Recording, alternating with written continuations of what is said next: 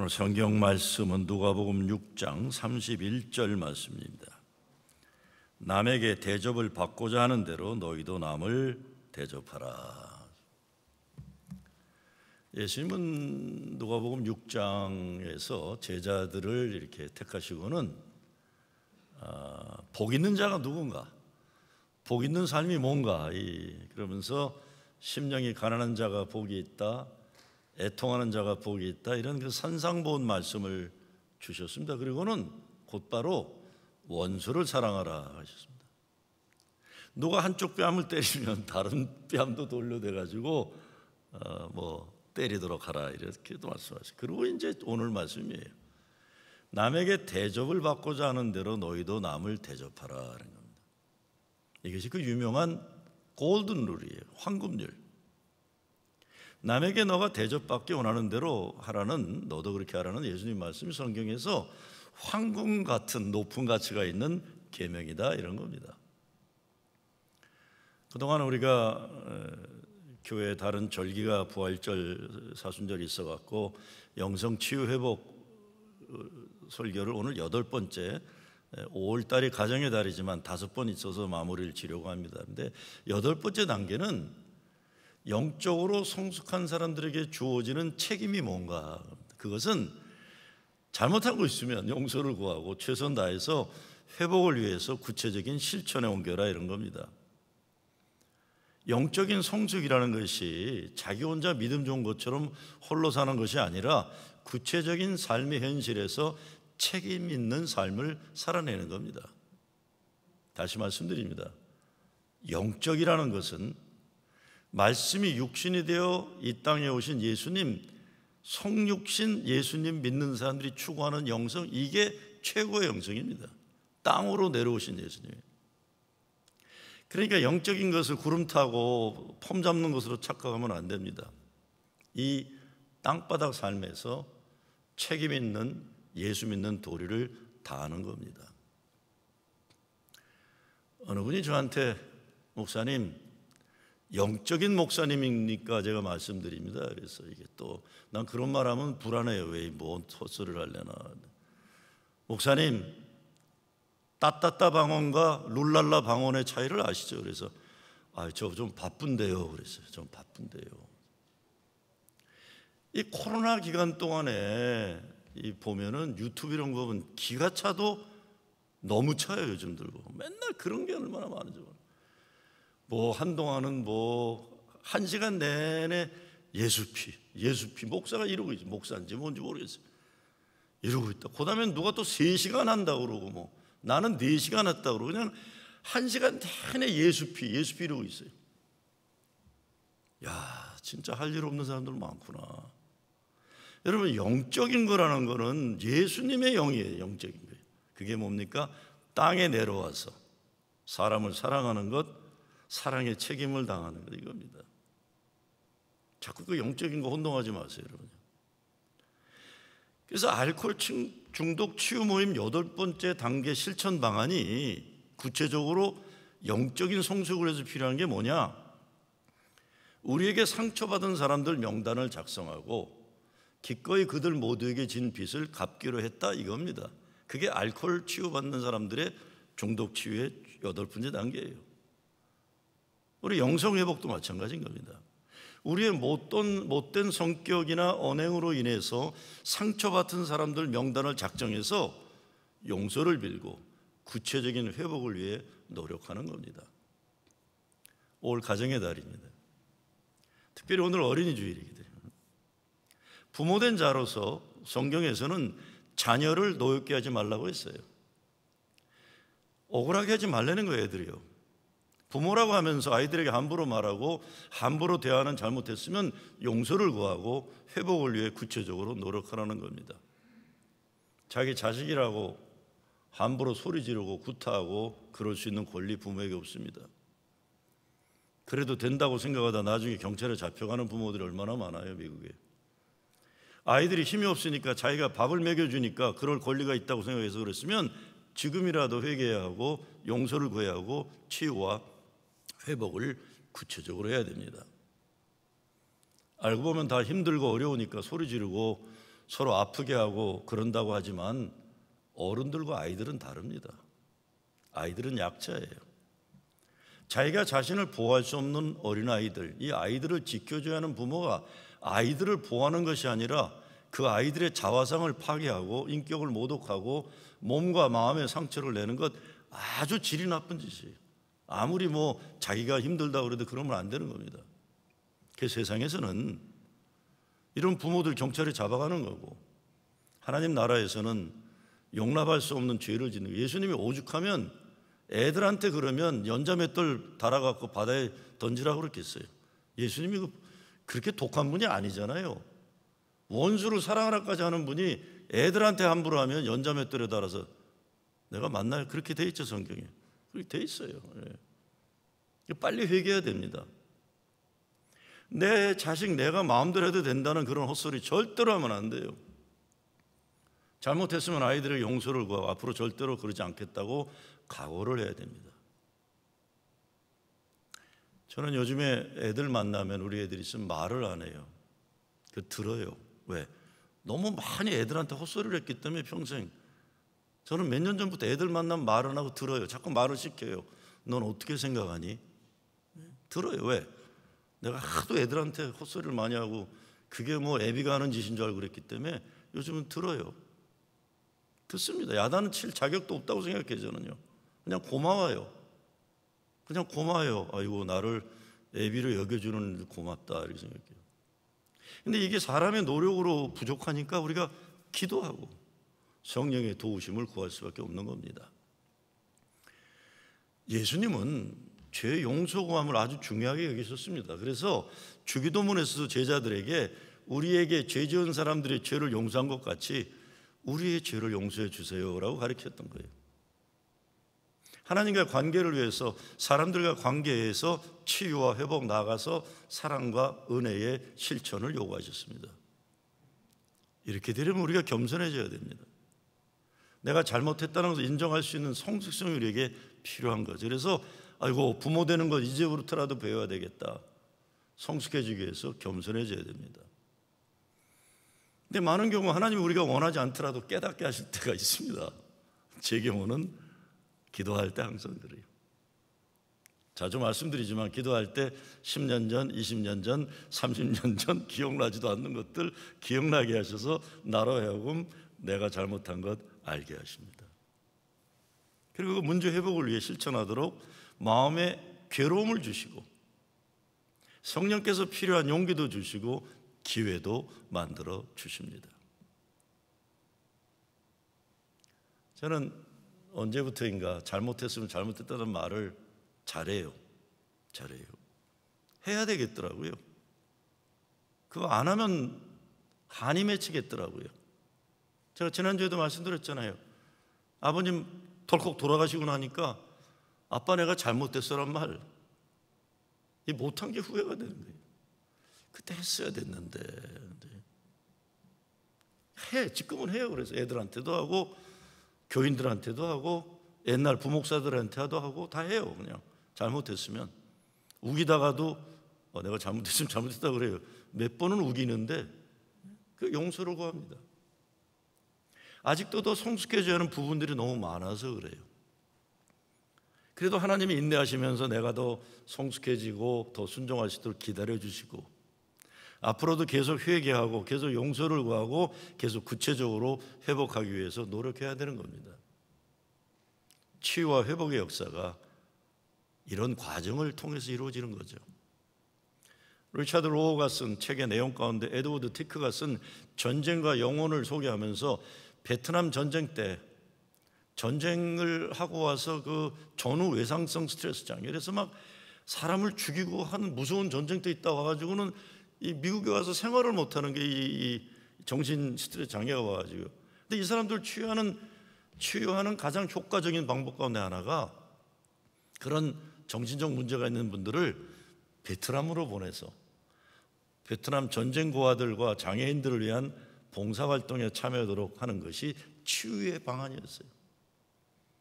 옛 과거로 돌아가서 오늘 악몽을 꾸게 만든 그 장소로 돌아가서 거기에서 사람을 사랑하는 것, 실천함으로 용서를 구하고 치유와 회복을 이루어내는 겁니다.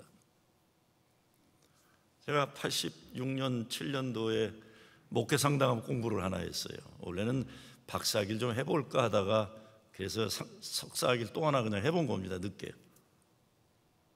제목이 하나 있었는데 제가 택한 코스가 Humor as Healing and Grace예요. 은혜 체험과 치유에 필요한 유머, 그 과목이에요. 이 공부를 하면서 제가 발표한 내용이 이민사회에서 발견되는 그 유머들을 모아가지고 그것이 이민자들의 애환을 치유하는 데 어떻게 도움이 되는가, 이걸 발표했어요. 우리 이민 와서 실수하는 것도 많고 잘못하는 것도 많은데 그걸 이야기하면서 풀어내잖아요. 뭐 이런 겁니다. 제가 한 60개인가 모았는데 그 중에 하나가 이런 거예요.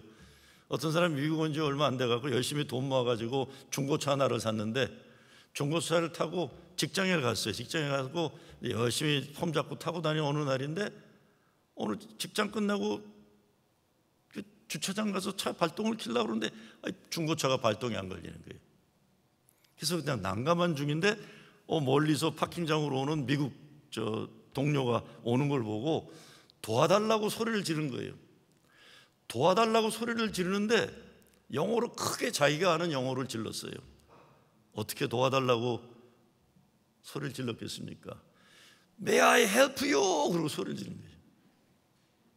영어 못 알아듣신 분들이 좀 몇 분 계신 것 같은데, May I help you가 뭡니까? 나 좀 내가 도와드릴 거 없습니까? 근데 이 사람은 그게 자기가 급하니까 May I help you? 소리 지른 거예요. 뭐 이런 거예요. 전 지금도 저희 어머니, 고등학교도 안 다니신 것 같은 어머니 미국 와서 생활하면서 난 지금도 신기해요. 엄마하고 그로서리 가면 창피해 죽겠네. 꼭 한국말로 해서 미국 사람들한테 이거 줘, 이거 줘. 이거 말고 이거 줘. 다 알아들어요. 그 사람 다 알아들어요. 친해지니까 나중엔, 옛날엔 여러분들 요즘은, 옛날엔 속꼬리 혀 이런 거 다 공짜로 줬잖아요. 기억나세요? 속꼬리 다 공짜였어요. 지금은 비싸지만. 그럼 우리 어머니가 영어를 못하지만 다 먹고 사는데 문제가 없어. 그런데 여하튼 제가 그런 발표를 했는데 그 담당 교수가 은퇴하고 가리키는 아주 연로한 백인 교수였어요.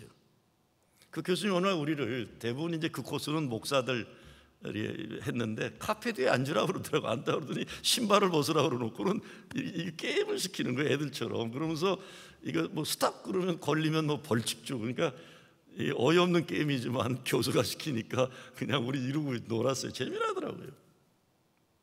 근데 어느 날 그게 재미있게 하는 클래스인데 교수님이 우리가 무슨 게임을 하는데 어느 목사를 보더니 중단을 시키고 가까이 다가가서는 그 목사의 오른손을 잡더라고요. 알고 보니까 그 목사님 오른손이 이렇게 안으로 굽혀져 있어요. 악수도 왼손으로 하는 분이셨어요. 교수가 이렇게 얘기해요. 미안하지만 당신 오른손이 왜 이렇게 굽혀져 있는지 말해줄 수 있어요? 그래서 주저주저하던 목사가 간증을 합니다. 자기가 베트남 전쟁에 나갔어요. 어느 날 보초를 쓰는데 저녁 노을이 지면서 어둑어두워지는데 인기척이 있어서 누구냐? 서라. 안 서면 쏜다 그런 거예요. 근데 후다닥 도망을 가니까 쏜 거예요. 베트콩인 줄 알고 달려가서 봤는데 아이고, 이게 어린아이하고 할머니가 죽어 있는 거예요. 어떻게 됐겠어요? 그 사람이 손이 굽혀진 거예요. 못 쓰게 된 거예요. 그때 교수가 내가 당신을 위해 기도해도 되겠어요? 그 손을 잡고 우리들에게 오라고 그러더니 같이 기도하자고 그래요. 하나님, 이 형제의 손을 펴게 해 주시옵소서.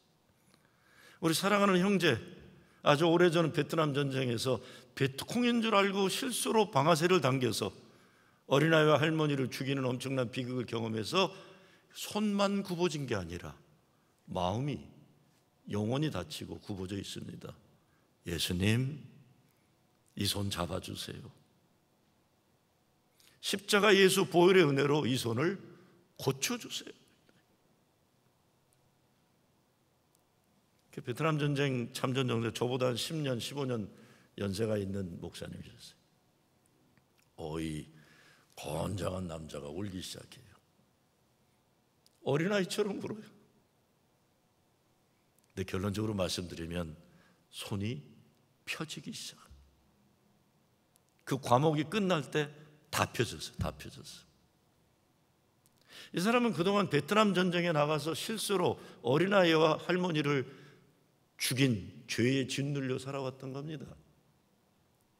십자가 죄의 용서받음, 그리고 자기 손을 잡아주면서 기도하는 기도의 능력이 역사한 겁니다. 우리 인생에 작고 큰 아픔들 얼마나 많아요.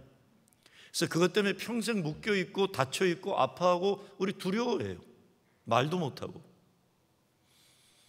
저는 그 연로하신 은퇴 목사님과 한 학기 공부하면서 무슨 대학원 코스가 이런 애들 장난 같은 과목인가 했는데 놀라운 은혜, 치유를 목격하고 나 자신도 치유받는 경우가 있어요.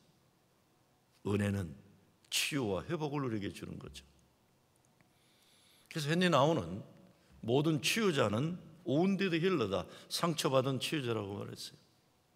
그렇기 때문에 리차드 로우는 실제로 당신이 상처를 입거나 남에게 상처를 입힌 바로 그 자리에서 당신은 다른 사람들을 효과적으로 치유해 줄 수 있다라고 말하는 겁니다. 우리가 철이 없을 때는요, 난 잘못 없고 내 부모 잘못이다, 세상 잘못이다, 하나님 잘못이다 그래요. 이제 철이 조금씩 들게 되면서는 아이고 내가 잘못했구나 많이 생각합니다. 그러다가 예수님 십자가 은혜를 알게 되면 그냥 생각에 그치지 않고 기도하고 용서를 구하고 용서해주고 나아가서 예수님이 사랑하라 하신 그 수준에 이르진 못해도 어떻게라도 못된 짓 하는 거는 않고 잘 살아보려고 하는 겁니다. 그러면 성령께서 역사하셔서 내 마음, 내 능력으로는 전혀 불가능한 것 같은 일도 치유와 회복 그리고 사랑의 역사를 가능케 하시는 겁니다. 그리고 우리는 살면서 남을 해치는 것은 결국은 나 자신을 해치는 것을 깨닫게 되잖아요. 그렇기 때문에 역설적으로 남을 치유하면서 내가 치유받는 것입니다. 예수님이 수고하고 무거운 짐진 자들아 다 내게로 오라 내가 너희를 쉬게 하리라 하셨는데 여기서 무거운 짐이라는 건 밖에 있는 것보다 사실 더 엄청 우리를 짓누르고 숨막히게 하는 내면의 마음과 심령의 아픔이 있는 겁니다. 이게 더 커요 사실. 많은 경우 죄의식입니다. 예수 믿는 사람들은 죄에 대한 인식은 꼭 필요해요. 주님 내가 죄인입니다. 고백이 있어야 죄의 용서함이 있으니까요. 근데 죄의식은 사람 죽이는 겁니다. 이거. 예수님 십자가 은혜로 용서받았으면 죄의 인식이 있어서 십자가 은혜를 깊이 감사하고 더 이상 죄의 종로로 타지 않고 살지 않고서 생명과 성령의 법에 따라 살아야 돼요. 그러나 죄의식은 사탄 마귀들이 좋아하는 거예요. 왜? 우리들을 하나님의 사랑과 은혜로부터 성령의 능력 주심으로부터 떨어지게 만드는 이간질시키는 거예요. 내가 잘못한 사람 용서하는 것, 그리고 내가 잘못한 걸 용서를 구하는 것, 이것이 치유와 회복의 과정에서 이루어내는 중요한 과제입니다. 누구 미워하는 것, 죽이고 싶은 것, 이거 사실 내 인생 죽이는 일입니다. 그래서 사도 바울이 로마서에 이렇게 말했어요. 내 사랑하는 자들아 너희가 친히 원수를 갚지 말고 하나님의 진노하심에 맡기라. 기록되었으되 원수 갚는 것이 내게 있으니 내가 갚으리라고 주께서 말씀하시니라 그랬어요. 저도 뭐 아닌 것 같은데 어떤 때 그냥 풀쑥풀쑥 피가 거꾸로 솟는 때가 있어요. 며칠 전에도 한 20년 전에 일어난 넘은 일인데 잊어먹고 있다가 생각나게 되는 사건이 터졌어요. 그 사람 앞에 있었으면 내가 열이 받쳐서 뚜껑이 한번 열리면 퓨즈가 나가면 또 실수하잖아요. 근데 이게 사람이 앞에 없어서 다행이지 내가 퓨즈가 나가버렸어요. 왜? 24, 5년 전에 내가 힘이 없고 나를 도와줄 사람이 없을 때 정말 억울함을 당한 일이 있었거든요. 힘 없으면 이렇게 당하는구나. 그런데 문제는 이 사람들이 자기들이 잘못했던 걸 인정 안 하고 지금도 잘했다고 하고 다녀요. 제가 화가 엄청 났어요. 잊어먹었는데 그걸 사건에 사람을 다시 원수를 갚고 싶었습니다. 왜? 제가 좀 힘이 있잖아요. 조금 힘이 있어요 제가. 근데 원수를 갚을 생각에 바쁜 와중에 이번 주일에 제가 뭘 해야 됩니까? 설교 준비를 해야 되잖아요. 아이고, 설교 준비를 하는데 왜 또 본문이 이런 본문이야. 또 설교해야 되는 내용이 이런 거예요. 이런 거. 아이고, 이런 게 아니라 뭐 여리고성 침범을 한다든가 가나안 땅 이런 거라면 얼마나 좋아요. 그렇죠? 나 적군을 물리치러 내가 갈 수가 있으니까. 아니, 이런 거예요. 뭐 한쪽 맞았으면 여기도 내놔라. 뭐 이런 거예요. 설교를 준비하다가 기가 막히더라고요. 야, 너가 지금 나이가 몇 살이고 그딴 생각을 하냐 이놈아. 너 정말 웃기고 자빠졌다는 생각이 들더라고요. 근데 사실 가만히 오늘 본문 설교 준비하다 생각해 보니까 하나님이 그런 내 인생에 억울하고 분했던 사건 때문에 오히려 엄청 100배, 1000배 넘는 큰 은혜와 기적의 역사를 제게 허락하셨었어요. 근데 나는 감사하고 기뻐하고 하나님께 영광 돌리는 일에 집중하지 못하고 내 마음 깊은 바닥에 원수 갚을 생각이 남아 있었던 거예요. 아이고, 이번 주일 설교는 저를 위해서 하나님이 예비하신 말씀인 거예요. 우리 심령 속에 버려야 될 것들 빨리 버려야 됩니다. 과거 상처에 대한 집착이나 그로 인해서 원수 갚으려 하는 거 버려야 돼요. 아까 말씀드린 누구 미워하면 내가 미운 사람 되는 거예요. 내 마음과 몸만 망가지는 거예요. 뭐 아시는 분들은 아시겠지만 제가 지난 몇 달간 어마어마한 문제로 기가 막힌다는 것이 뭔지 온 마음으로 체험하지 않으면 안 되는 일이 있었어요. 우리 연합감리교 목사들은 어떤 문제가 생기면 교단이 정한 문제 해결 방법을 순종하기 때문에 내가 함부로 말을 할 수도 없고 억울해도 가만히 있어야 돼요. 정말 살다 별일 별꼴 우리 아버님 이북 사람들이 쓰는 말로 별 거지발사기 같은 경험 다 하는구나 했어요. 내가 억울하게 당하는 일이 뭔지 구체적으로 밝힐 수도 없으니까 내가 잘못 없다고 말도 할 수도 없는 상황이에요. 그런데 말을 안 하면 사람들은 자기들 나름대로 각양각색 생각을 다 하고 자기들끼리 인민재판도 하고 정말 별일 다 해요. 저는 어려움을 통해서 배우는 게 사람에 대해서 배워요. 아, 사람들이 저렇구나. 사람들이 저렇구나. 저는 연합감리교 목사이기 때문에 교단이 정해놓은 과정을 존중해야만 합니다. 그저 가만히 있는 거예요. 이런 기가 막힌 상황이다 보니까 정말 이거 끝나고 나면 가만 놔두지 않겠다 생각했어요. 진짜 가만 안 놔두겠다. 그런데 며칠 전 전화가 왔습니다. 전화를 받고 내가 억울해도 가만히 있었던 거 정말 잘했다는 생각을 했어요. 말하자면 프로징 제일교회 목사로서 내 무게값, 내 나이값, 뭐 이름값이야 뭔지 모르겠어요. 근데 무게값, 나이값 이거 지키려고 노력한 거 잘했다는 생각이 들었어요. 제게 전화를 한 분이 이렇게 말합니다. 지금 막 감정싸움이 나오고 난리가 나니까 목사님이 은혜롭게 해주셔야만 다른 사람들도 은혜롭게 할 것 같습니다. 부탁드립니다. 솔직히 내가 속으로 야, 나는 화낼 권리도 없냐? 거짓 발사기 같은 것들아. 속으로 그랬어요. 속으로. 근데 성경에 보면 사도 바울이 뭐라고 했다고요? 원수 갚는 것이 내게 있으니 내가 갚으리라 그랬다는 거예요. 자, 오늘 누가복음 말씀에 보면 그 정도가 아니에요. 너의 원수를 사랑하며 너희를 미워하는 자를 선대하며 너희를 저주하는 자를 위하여 축복하며 너희를 모욕하는 자를 위해 기도하라. 너의 이 뺨을 치는 자에게 젖뺨도 돌려대며 내 겉옷을 빼앗는 자에게 속옷도 거절하지 말라. 아이고, 진짜 예수 믿고 싶지 않아. 이런 말씀 보면요, 요거 내가 하고 싶은 거 한 다음에 다시 믿고 싶어요. 예수 믿는 게 이래서 힘든 거예요. 왜? 우리는 주님의 말씀에 순종해야 되니까요. 그런데요, 왜 예수님이 이런 말씀을 하셨을까요? 저는 오늘 아이들이 노래 불렀지만 딴 거 아닙니다. 나를 사랑하시기 때문에 그렇게 말씀해 주신 거예요. 나를 살리기 위해서 그렇게 말씀해 주신 거예요. 내가 남이 나에게 잘못했다고 원수 갚겠다고 그러면 내가 죽을 죄를 위해 십자가에 달려 죽으신 예수님 보혈의 공로를 무효화하는 거니까 그런 거예요. 그리고 누구를 원수 갚으려고 하고 미워하고 그러면 내가 미운 사람도 내가 다 망가지는 거예요. 내가 망가지는 거예요. 정말 사랑하고 살기도 바쁜 인생, 미워하고 원수 만들고 그러느라 인생 낭비할 필요 없어야 하니까. 제가 요즘에 일주일에 한 몇 번 아기를 잠깐 봐요. 이게 지 헤레빌 닮아서 그런지 잘 웃어요. 그냥 시도 때도 없이 웃어요. 그냥.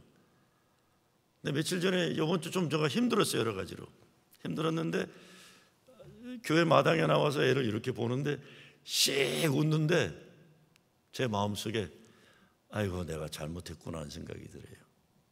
내가 잘못했구나. 뭘 그렇게 누굴 미워하고 뭘 내가 그렇게 또 굉장히 잘난 것처럼 이렇게 난 죄가 없는 사람이 이렇게 난리치고 그럴 거 없구나. 내 손주가 내 스승이구나 이 생각을 했어요. 예수님이 원수 사랑은 너 자신 사랑하는 거다. 그리고 이것이 하나님 사랑하는 거다. 왜? 그거 하나님이 원하시니까 하는 겁니다. 우리 인생 살면서 수도 없이 남에게 잘못도 하고 남들에 의해서 잘못을 당하기도 합니다. 근데 내가 남을 바꾸지는 못해도 내가 내 인생에 대해 책임지는 것은 내가 할 수 있어요. 주님이 원하시는 용서받음과 용서해 줌을 위해서 우리가 잘못한 사람들 리스트 정직하게 만들어 봐야 됩니다. 어떻게 해서라도 회복적 정의, 그러니까 우리로 인해서 아픔 당하고 억울함 당하였고 잃어버리고 빼앗긴 사람들에게 치유와 회복이 이루어지도록 최대한 노력해야 되는 겁니다. 회복적 정의라는 것은 개인과의 관계에서만이 아니라 한 사회, 나라와 민족에게도 필요합니다. 지지난주인가 바이든 대통령이 아르메니언들 200만 명 죽은 그거를 대학살이라고 단어를 붙여서 발표를 했어요. 기독교 그룹이었던 아르메니언들 200만 명이 모슬렘 국가 터키에 의해서 모슬렘들에 의해서 200만 명이 수백 년이 죽었어요. 그래서 이 사람들이 러시아를 가거나 어디를 가면은 자기 패스포트도 없이 민족에 흩어져 버린 거예요. 근데 그 사람들이 신기하게 이 보스턴 지역 어디 또 저 스테이튼 아일랜드 지역에 또 많이 있어요. 그 민족이. 그런데 그 억울한 민족의 역사를 이제서야 미국 대통령이 대학살이라고 정식으로 이름을 붙였다고 신문에 나와서 이 말 한마디가 아르메니언들이 엄청난 역사의 아픔이 치유가 되는 회복이 시작되었다 이렇게 미국 언론은 얘기합니다. 역사를 바로잡은 겁니다. 그렇잖아요. 아직도 일본 제국주의 군대가 저지른 만행에 대해 일본은 인정하지 않으려 하는 것만이 아니라 돈을 뿌려가지고 역사학자들을 매수해서 역사를 왜곡하는 일을 열심히 하고 있어요.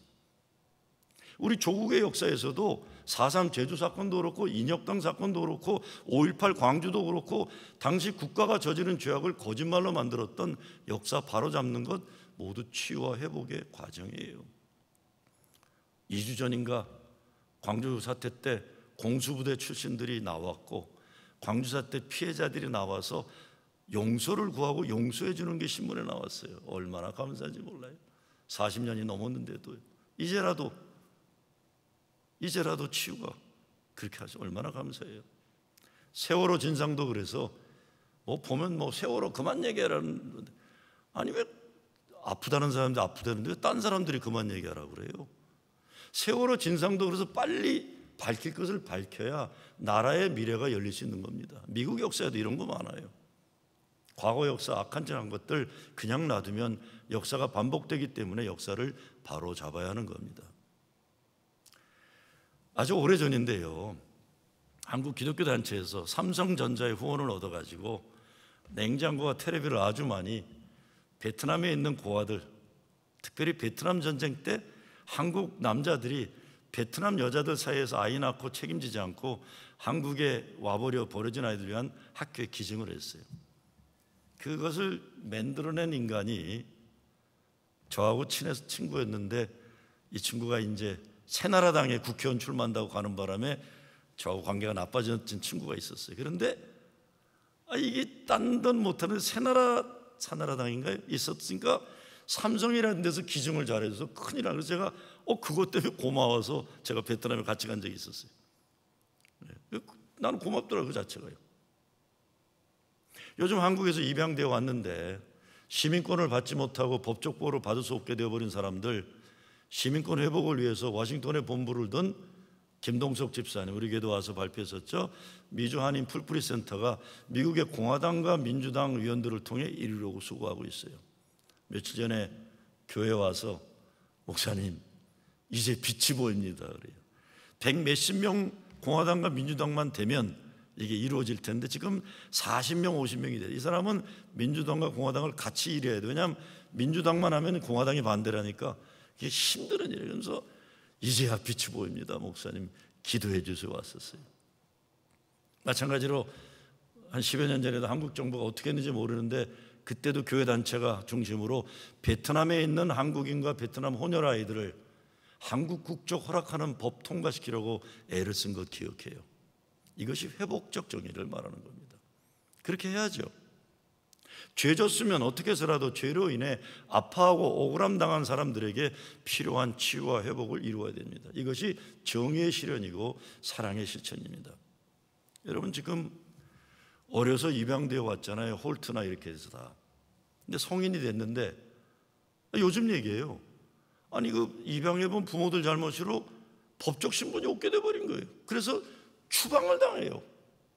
어려서 입양해 둔 사람들이 갑자기 한국이란 나라 가보지도 못하는데 언어도 없는데 한국 길바닥에 던져져 갖고 홈리스가 되고 그리고 자기가 살아남지 못하니까 스스로 생명을 끊는 일들이 터져나오기 시작해요.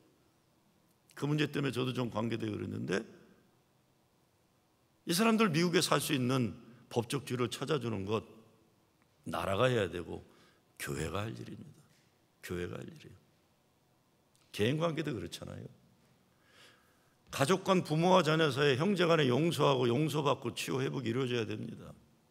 오래전인데 미국에서 어려서부터 자란 한 40대 중반 남자가 집에서 소리 지르고 그러다가 경찰에 잡혀갔어요. 부인은 한국에서 자라고 늦게 미국에 왔는데 가정이 기독교 집안으로 참 반듯하고 사랑이 많은 가정에 자랐는데 떡하니 결혼하고 보니까 이게 뭐 이상한 남자예요 보니까. 그래서 이런 인간 살 수 없다고 어떡하냐 그래서 혹시 내가 좀 상담을 하겠다고 이제 남편을 만났어요. 이제 남편은 이혼하기 싫으니까 저를 만나러 온 겁니다. 만나보니까 진짜 재미없는 사람이에요. 야, 뭐 이런 인간이 다 있나. 그런데요, 이 사람은 다 와이프 잘못이고 자기는 죽어라고 돈 벌어오는데 자식들이 애비를 존중하지 않고 와이프가 자기가 어렵게 벌어온 돈 교회다가 헌금한다고 갖다 바치고 싫다는 거예요. 그러니까 나한테도 목사를 별로 안 좋아해요. 뭐 이런 인간이 다 있나. 근데 억주를 몇 번 만나보니까요, 괜찮은 사람이에요. 속은. 그 사람이 살아온 배경이 너무 상처가 많아서 상처가 커서 그 사람이 그런 거지 사람 자체가 나쁜 게 아니에요. 그 사람 아버지가 못된 아버지였더라고요. 그렇게 욕을 많이 했대 자랄 때. 그냥 그 사람이 그 분노 조절이 안 되는데 내가 그랬어요. 왜 당신은 그렇게 분노 조절이 안 되냐 그랬더니 아버지 때문에 그렇대요. 어려서 저놈의 새끼 누구 닮아서 저리 못났냐. 그리고 진짜 자기가 제일 듣기 싫었던 말이 재수 없는 자식이라는 거예요. 아니 어떻게 애비가 지 아들한테 재수 없는 자식이라고 그래요. 진짜 언어 폭력이 심했던 아버지예요. 근데 문제는 보통 집안이 어떻습니까? 애비가 못 낳았으면 엄마가 괜찮잖아요 보통. 그렇죠? 그러면 야야 네가 참아라. 아빠가 말은 저래도 아빠 너 사랑하나. 이게 정상인데 그 집안은 애비가 듀엣으로 자식한테 이렇게 못되게 놓은 거예요. 세트가 돼가지고. 그러니까 얘는 어려서부터 자기가 당한 이거를 위로받을 것이 없이 자란 거예요. 무슨 말인지 아시겠죠? 그러면서 분노 조절 장애에 걸린 거예요. 그래서 지금이라도 부모님 용서해야 된다 그랬어요. 그래야 너도 살고 가정도 지켜낼 수 있다. 부모님 지금이라도 찾아뵙고 용서해 드려라. 그랬더니 갑자기 이 친구가 울어요. 그러더니 하는 말이, 한국말이 좀 짧은데 안 돼요, 못 해요 그래요. 그래서 그래도 당신을 위해서 그렇고 아이들 위해서 그렇고 가정을 지켜야 되니까 그래도 부모님 용서해라 그랬더니 죽었어요. 다 죽었어요. 참나. 그러면 무덤에 가서라도 부모님 용서해 드리라고 했더니 그때 가만히 날 쳐다보더니 나가더라고요. 그 다음 주에 저를 찾아와서 부모님 산소에 갔다 왔다고 그래요. 그리고 목사님이 시키는 대로 했다고 그래요. 그리고 또 울어요.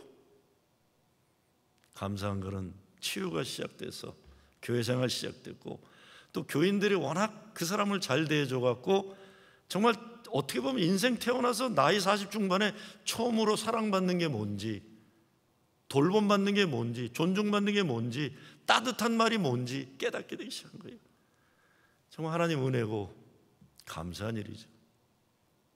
용서받고 용서해야 됩니다.